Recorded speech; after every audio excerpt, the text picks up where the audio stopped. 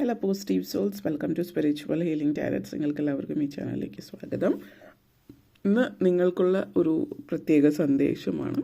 അപ്പോൾ നമ്പർ 1 ഈ ഒരു പിക്ചറാണ് നിങ്ങൾ ചൂസ് ചെയ്യുന്നതെങ്കിൽ പൈൽ നമ്പർ 1. അതുപോലെ തന്നെ ഈ ഒരു പിക്ചർ ആണ് ചൂസ് ചെയ്യുന്നത് എങ്കിൽ നമ്പർ 2. ആൻഡ് ലാസ്റ്റ് വന്നിട്ട് ഈ ഒരു പിക്ചറാണ് ചൂസ് ചെയ്യുന്നതെങ്കിൽ പൈൽ നമ്പർ 3. സോ ഇതിലേതാണ് നിങ്ങൾ ചൂസ് ചെയ്യുന്നത് അതാണ് നിങ്ങളുടെ റീഡിങ്. ഓക്കെ, ചൂസ് ചെയ്തെന്ന് വിശ്വസിക്കുന്നു. ഇനി നമുക്ക് റീഡിങ്സിലേക്ക് കിടക്കാം. സോ പൈൽ നമ്പർ 1 ആണ് നിങ്ങൾ ചൂസ് ചെയ്തിട്ടുണ്ട് എങ്കിൽ നിങ്ങൾക്കുള്ള പ്രത്യേക സന്ദേശം എന്താണെന്ന് നമുക്ക് നോക്കാം. സോ നിങ്ങൾക്കുള്ള പ്രത്യേക സന്ദേശം പൈൽ നമ്പർ 1.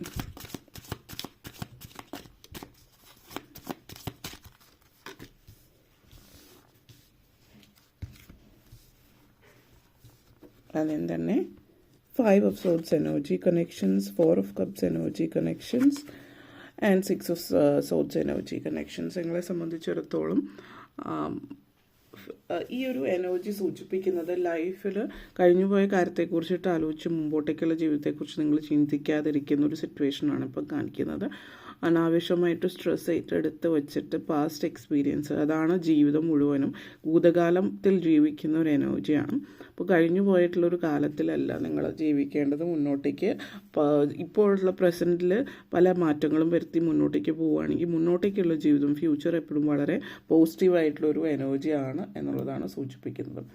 അപ്പോൾ ലൈഫ് എങ്ങനെ മുന്നോട്ടേക്ക് കൊണ്ടുപോകണം, ഏത് രീതിയിൽ മാറ്റങ്ങൾ വരുത്തണം, ഇതൊക്കെ വളരെ പ്രധാനപ്പെട്ട കാര്യം തന്നെയാണ്.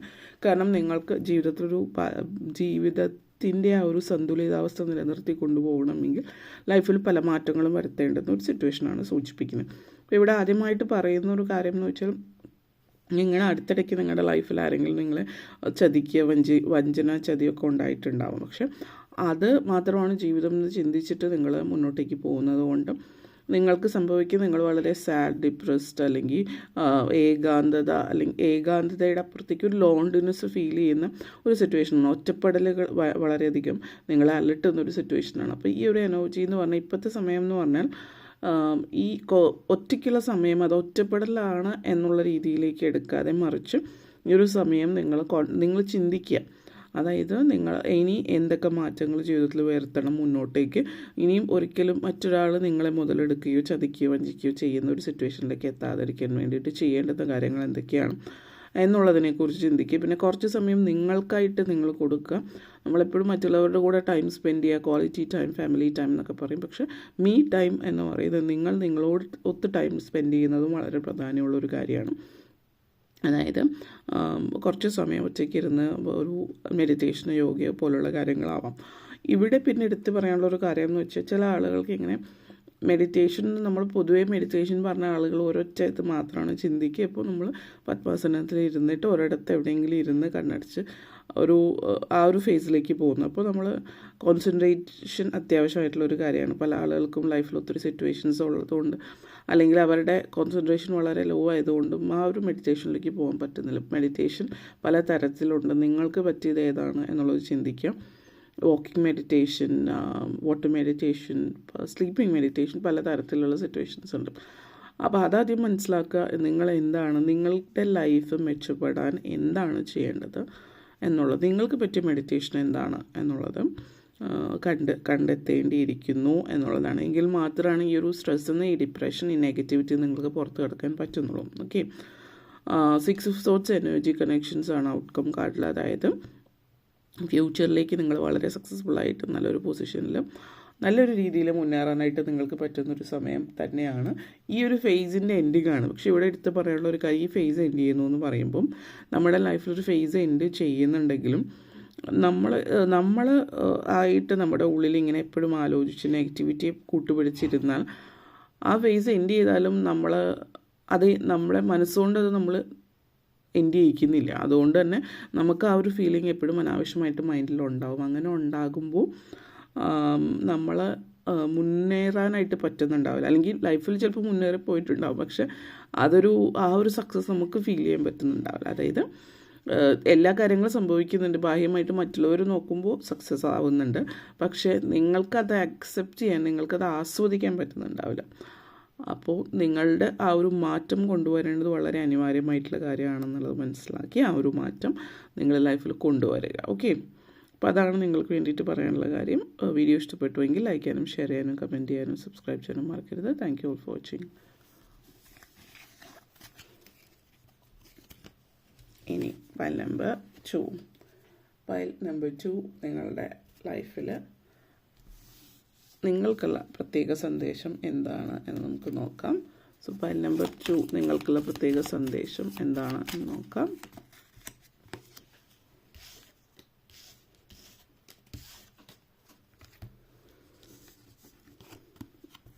Full energy, 3 of cups, and last വന്നിട്ട് മൂൺ കാർഡ്. നിങ്ങളെ സംബന്ധിച്ചിടത്തോളം നിങ്ങളുടെ ഉള്ളിൽ നിങ്ങളെക്കുറിച്ചിട്ടുള്ളൊരു വിശ്വാസം അത് കെട്ടുപോകാതിരിക്കാൻ ശ്രദ്ധിക്കുക എന്നുള്ളതാണ് ആദ്യം പറയുന്നത്. കാരണം ഇവിടെ ചുറ്റുമുള്ള ചില വ്യക്തികൾ ഒരു പക്ഷേ അല്ലെങ്കിൽ ചുറ്റുമുള്ള ആളുകൾ ഇനി നിങ്ങളെ സപ്പോർട്ട് ചെയ്യുന്നവരാണെങ്കിലും നിങ്ങൾക്ക് സ്വയമേ സൃഷ്ടിച്ചെടുത്ത് ഇപ്പോൾ ഇതിനു മുമ്പുള്ള ഏതെങ്കിലും വ്യക്തികളൊക്കെ നിങ്ങളെ വളർത്തിക്കൊണ്ടുവന്ന രീതിയായിരിക്കും. ഇപ്പോൾ നമ്മൾ ചില ആളുകൾ വളർത്തിക്കൊണ്ടുവന്ന രീതി എന്ന് വെച്ചാൽ വിനയം അല്ലെങ്കിൽ അതിവിനയം എന്ന് നമ്മൾ പറയാം. അപ്പോൾ നമ്മളെക്കുറിച്ച് നമ്മളൊന്നും പറയാൻ പറ്റില്ല, മറ്റുള്ളവരാണ് നമ്മളെക്കുറിച്ച് നല്ലത് പറയേണ്ടതെന്നുള്ളൊരു രീതിയാണ്. അപ്പോൾ നിങ്ങൾക്ക് ആ ഒരു രീതി ആയതുകൊണ്ട് നിങ്ങൾക്ക് സ്വയമേ നിങ്ങൾ ചെയ്ത കാര്യങ്ങൾ പറയാൻ വളരെ ബുദ്ധിമുട്ടായിരിക്കും. ഈവൻ ഒരു ഇൻ്റർവ്യൂവിൽ പോവുകയാണെങ്കിലും അല്ലെങ്കിൽ മറ്റുള്ളവരോട് ഒരു ആത്മവിശ്വാസം നിലനിർത്താൻ വേണ്ടിയിട്ട് ഞാൻ ഇതൊക്കെ ചെയ്തിട്ടുണ്ട്, ഇതൊക്കെയാണ് എൻ്റെ അച്ചീവ്മെൻ്റ് എന്ന് പറയാൻ നിങ്ങൾക്ക് എപ്പോഴും ഒരു ബുദ്ധിമുട്ടായിരിക്കും. കാരണം നിങ്ങൾ ആ ഒരു വിനയം എന്നുള്ളത് അതായത് സ്വന്തം അച്ചീവ്മെൻറ്റ് തുറന്ന് പറയാൻ അഭിമാനത്തോടെ പറയാൻ നിങ്ങളെ പുറകോട്ടേക്ക് വലിക്കുകയാണ്. അപ്പോൾ അത് ശരിക്കും അത് വിനയം എന്നുള്ളൊരു രീതിയിലല്ല, നിങ്ങൾ ഒരു അപകർഷത ബോധത്തിലേക്കാണ് നിങ്ങളെ കൊണ്ടുവന്നിരിക്കുന്നത്. ഇങ്ങനെയുള്ള കാര്യങ്ങൾ പറയുമ്പോൾ നിങ്ങൾ അത് ആ രീതി ശരിയല്ല, ആളുകൾ നിങ്ങളെ ചിന്തിക്കും വേറെ രീതിയിൽ എന്നൊക്കെ ഉള്ളത് പറയേണ്ടുന്നൊരു രീതിയാണ്. പറയുമ്പോൾ അതൊരു എന്താ പറയുക, പൊള്ളു പറയാനോ അല്ലെങ്കിൽ ഉള്ള കാര്യങ്ങൾ പറയുമ്പോൾ അത് ആ ഒരു രീതിയിൽ നിങ്ങൾ ഇന്ന കാര്യങ്ങൾ വളരെ സീരിയസ് ആയിട്ട് പറയുന്ന ആളുകൾ വളരെ റെസ്പെക്റ്റോടു കൂടി തന്നെയാണ് കാണുന്നത്. പക്ഷേ നിങ്ങളെ സംബന്ധിച്ചിടത്തോളം അങ്ങനെയുള്ള കാര്യങ്ങൾ പറയുന്ന ഒരു വളരെ ബുദ്ധിമുട്ടാണ്. അപ്പോൾ പ്രാക്ടീസ് ചെയ്യാം, ആത്മവിശ്വാസത്തോടു കൂടിയിട്ട് നിൽക്കുന്നത്, അതെങ്ങനെ സംസാരിക്കണം, എങ്ങനെ പറയണം, ഇതൊക്കെ നിങ്ങൾ പ്രാക്ടീസ് ചെയ്യുക എന്നുള്ളതാണ്. അപ്പോൾ ഫുൾ എനർജിയാണത്, വളരെ പോസിറ്റീവായിട്ടുള്ളൊരു എനർജിയാണ്. ലൈഫിൽ നിങ്ങൾ കുറച്ചുകൂടി സോഷ്യൽ ആക്ടിവിറ്റീസിലൊക്കെ ഇഷ്ടമുള്ള ഒരാളാണ്. പക്ഷേ എന്തുകൊണ്ടൊക്കെയോ നിങ്ങൾ ഉൾവലിഞ്ഞ് നിൽക്കുന്നൊരു സിറ്റുവേഷൻ ആകാം. നിങ്ങൾ ഒറ്റയ്ക്ക് നിൽക്കാൻ ഇഷ്ടപ്പെടുന്നു, പക്ഷേ നിങ്ങളുടെ പേഴ്സണാലിറ്റി നോക്കുകയാണെങ്കിൽ നിങ്ങൾ അങ്ങനെ ഒറ്റയ്ക്ക് നിൽക്കാൻ ഇഷ്ടപ്പെടുന്ന ഒരാളല്ല. ഒറ്റയ്ക്ക് നിങ്ങൾക്ക് സമയം ചിലവഴിക്കേണ്ടതുണ്ട്, അത് തീർച്ചയായിട്ടും അനിവാര്യമായിട്ടുള്ള കാര്യം തന്നെയാണ്. പക്ഷേ അത് കൂടാതെ നിങ്ങൾ സോഷ്യലി ആക്റ്റീവ് ആകാൻ ആഗ്രഹിക്കുന്നു, പക്ഷേ ആ കോൺഫിഡൻസ് ഇല്ലായ്മ കൊണ്ട് അതിലേക്ക് പോകുന്നില്ല എന്നുള്ളതാണ്. പുതിയ സൗഹൃദങ്ങൾ സൃഷ്ടിക്കാം, നിങ്ങളെ മനസ്സിലാക്കുന്ന, നിങ്ങളുടെ കൂടെ നിൽക്കുന്ന, നിങ്ങളുടെ വൈബ്, നിങ്ങളുടെ ഫ്രീക്വൻസിയിൽ നിൽക്കുന്ന കുറച്ച് കൂട്ടുകാർ, ആ ഒരു സൗഹൃദങ്ങൾ നിങ്ങളേക്ക് വരുന്നൊരു സമയം കൂടിയിട്ടാണ്. അപ്പോൾ അങ്ങനെയുള്ള സൗഹൃദങ്ങൾ നിങ്ങളെ സപ്പോർട്ട് ചെയ്യുന്നതായിരിക്കും നിങ്ങളെ മുന്നോട്ടേക്ക് പോകാൻ. കരിയർ റിലേറ്റഡ് ആയിട്ടും ഇവിടെ ഒരു ആത്മവിശ്വാസം നിങ്ങളെ മുന്നോട്ടേക്കാണ് നയിക്കുന്നത്. ഒരു പ്രൊമോഷനോ അതുപോലുള്ള കാര്യങ്ങളൊക്കെ ഇവിടെ സൂചിപ്പിക്കുന്നുണ്ട്. മൂൺ എനർജിയാണ് ഔട്ട്കം. അപ്പോൾ ഇവിടെ എന്തോ കാര്യത്തിൽ നിങ്ങൾക്കൊരു ക്ലാരിറ്റി ഇല്ലായ്മ കാണിക്കുന്ന ഒരു വ്യക്തത കുറവ് നിങ്ങൾക്ക് കാണിക്കുന്നുണ്ട്. അപ്പോൾ എന്ത് കാര്യത്തിലാണ് നിങ്ങൾക്ക് വ്യക്തത ഇല്ലാത്തത്? ഇവിടെ ഒരു സാമ്പത്തിക കാര്യമാണ് കൂടുതലായിട്ട് കാണിക്കുന്നത് വ്യക്തത കുറവ്. കാരണം ഇന്ന കാര്യം സാമ്പത്തികമായിട്ട് ബന്ധപ്പെടുത്തിയിട്ട് ഉള്ളൊരു സെക്യൂരിറ്റി അല്ലെങ്കിൽ ഒരു സ്റ്റെബിലിറ്റി അത് ഫീൽ ചെയ്യാൻ ഉള്ളൊരു കാര്യത്തിലേക്ക് വേണ്ടി ഒരു തീരുമാനമാകാം. അപ്പോൾ ഒരു ജോലിയെ സംബന്ധിക്കുന്നതാവാം, പുതിയ ജോലി അല്ലെങ്കിൽ ഇപ്പോൾ ഉള്ള ജോലി ക്വിറ്റ് ചെയ്യുന്നത്, അല്ലെങ്കിൽ മറ്റെന്തെങ്കിലും തരത്തിലുള്ളൊരു സിറ്റുവേഷൻ ആവാം ഇത് സൂചിപ്പിക്കുന്നത്. അപ്പോൾ എന്തുകൊണ്ടോ ബിസിനസ് സ്റ്റാർട്ട് ചെയ്യുന്ന സിറ്റുവേഷനുണ്ട്. അപ്പോൾ ഇങ്ങനെയുള്ളൊരു കാര്യങ്ങളുമായിട്ട് ബന്ധപ്പെടുത്തിയിട്ട് ഒരു വ്യക്തത തീരുമാനത്തിൽ നിങ്ങൾക്ക് പറ്റുന്നില്ല. അപ്പോൾ ഇപ്പോഴത്തെ ഒരു സിറ്റുവേഷൻ എന്ന് വെച്ചാൽ പെട്ടെന്ന് ആ ഒരു എനർജിയിലേക്ക് പോകേണ്ട ആവശ്യമുള്ള 3 months വെയിറ്റ് ചെയ്യാം പറ്റുന്ന സിറ്റുവേഷൻ ആണെങ്കിൽ. എല്ലാവർക്കും ആ സിറ്റുവേഷൻ ഒരുപോലെ ആയിരിക്കില്ല. അങ്ങനെയുള്ളവർ എന്താണ് ചെയ്യേണ്ടത് എന്നുള്ളത് നമുക്ക് അതിൻ്റെ ഓരോരുത്തരുടെയും വ്യത്യാസപ്പെട്ടിരിക്കും. അതിനനുസരിച്ചിട്ടും അല്ലാത്തവരെ സംബന്ധിച്ചിടത്തോളം വെയിറ്റ് ചെയ്യാൻ പറ്റുന്നവരാണ് എങ്കിൽ വെയിറ്റ് ചെയ്യുക. അറൗണ്ട് 3 months ടൈം പീരീഡിൽ കുറച്ചുകൂടി വ്യക്തതയും ഒക്കെ നിങ്ങൾക്ക് അതിൽ നിന്നും ഉണ്ടാകും, ഒരു ക്ലാരിറ്റി ഉണ്ടാകുന്നുണ്ട്. അപ്പോൾ ആ ക്ലാരിറ്റി ഉണ്ടാകുമ്പോൾ അപ്പോൾ നിങ്ങൾക്ക് ശരിക്കും തിരിച്ചറിയാം രണ്ടിൽ ഏതാണ് അല്ലെങ്കിൽ ഏതാണ് ചൂസ് ചെയ്യേണ്ടത്, എങ്ങനെയാണ് മുന്നോട്ടേക്ക് പോകേണ്ടത് എന്നുള്ളത്. അപ്പോൾ എന്താ പറയുക, നമ്മൾ ക്ഷമ എന്നുള്ളത്, നമ്മൾ ക്ഷമ ആട്ടിൻ സൂപ്പിൻ്റെ ഫലം ചെയ്യുമെന്ന് പറയുന്ന പോലെ ക്ഷമയോട് കൂടിയിട്ടിരിക്കുക. നിങ്ങൾക്ക് തീർച്ചയായിട്ടും തീരുമാനത്തിലേക്ക് എത്താൻ പറ്റും എന്നുള്ളതാണ്. ഓക്കെ, പെട്ടെന്ന് തീരുമാനം എടുക്കേണ്ടത് അർജൻറ്റ് സിറ്റുവേഷൻസ് ആണ് എങ്കിൽ നിങ്ങൾ അത് നിങ്ങളായിട്ട് തീരുമാനിക്കുക, അല്ലെങ്കിൽ ആരെങ്കിലും കൺസൾട്ട് ചെയ്ത് അത് നോക്കുകയും ചെയ്യാം. ഓക്കെ, അപ്പോൾ ഇത്രയും കാര്യങ്ങളാണ് പറയാനുണ്ടായിരുന്നത്. നിങ്ങൾക്ക് വീഡിയോ ഇഷ്ടപ്പെട്ടുവെങ്കിൽ ലൈക്ക് ചെയ്യാനും ഷെയർ ചെയ്യാനും കമൻറ്റ് ചെയ്യാനും സബ്സ്ക്രൈബ് ചെയ്യാനും മറക്കരുത്. എല്ലാവർക്കും നന്ദി. Thank you all for watching.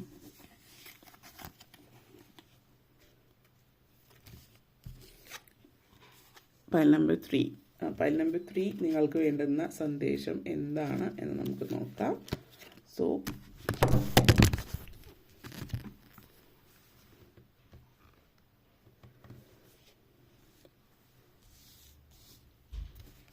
Pile number 3 നിങ്ങൾക്കുള്ള പ്രത്യേക സന്ദേശം.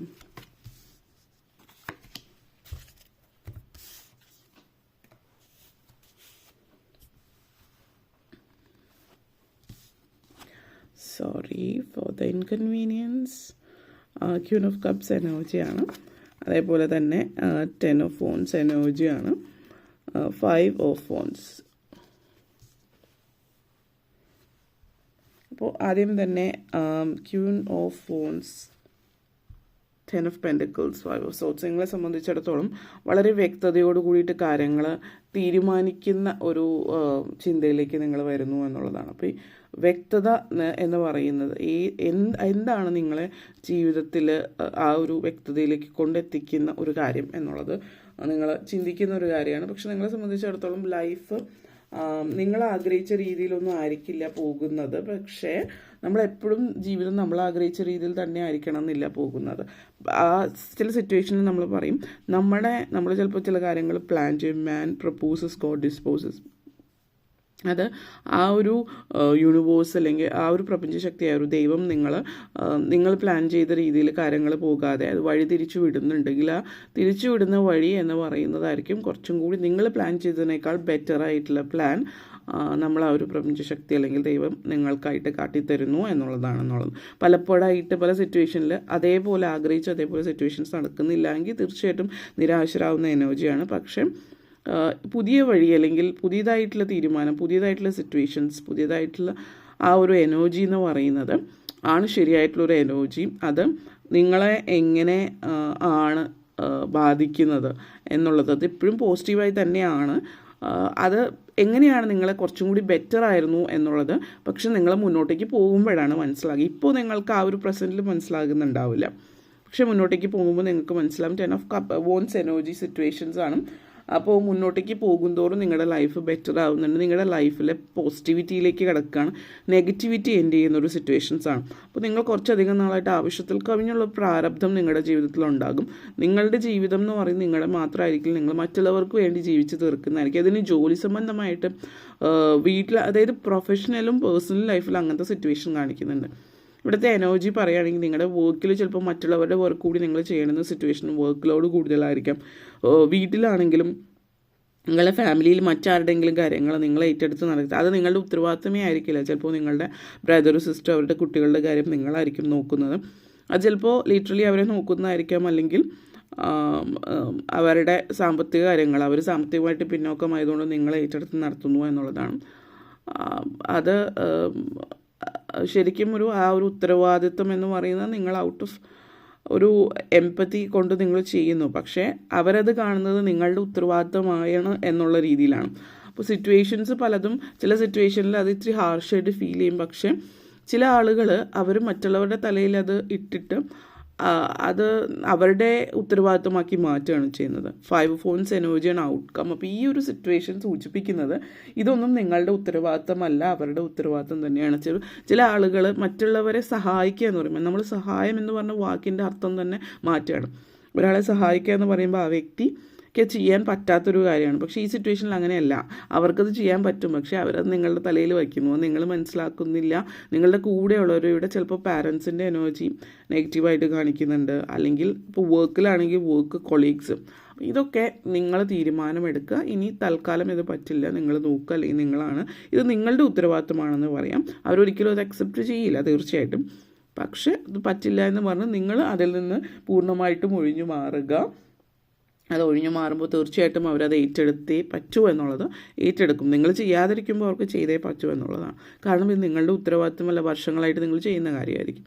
ഇതൊക്കെ ഒന്ന് മാറ്റി പിടിക്കേണ്ടുന്ന സമയമാണ് എന്നുള്ളതാണ് സൂചിപ്പിക്കുന്നത്. അപ്പോൾ ഇത്രയും കാര്യങ്ങളാണ് പറയാനുണ്ടായിരുന്നത്. വീഡിയോ ഇഷ്ടപ്പെട്ടുവെങ്കിൽ ലൈക്ക് ചെയ്യാനും ഷെയർ ചെയ്യാനും കമൻറ്റ് ചെയ്യാനും സബ്സ്ക്രൈബ് ചെയ്യാനും മറക്കരുത്. എല്ലാവർക്കും ബിഗ് താങ്ക് യു.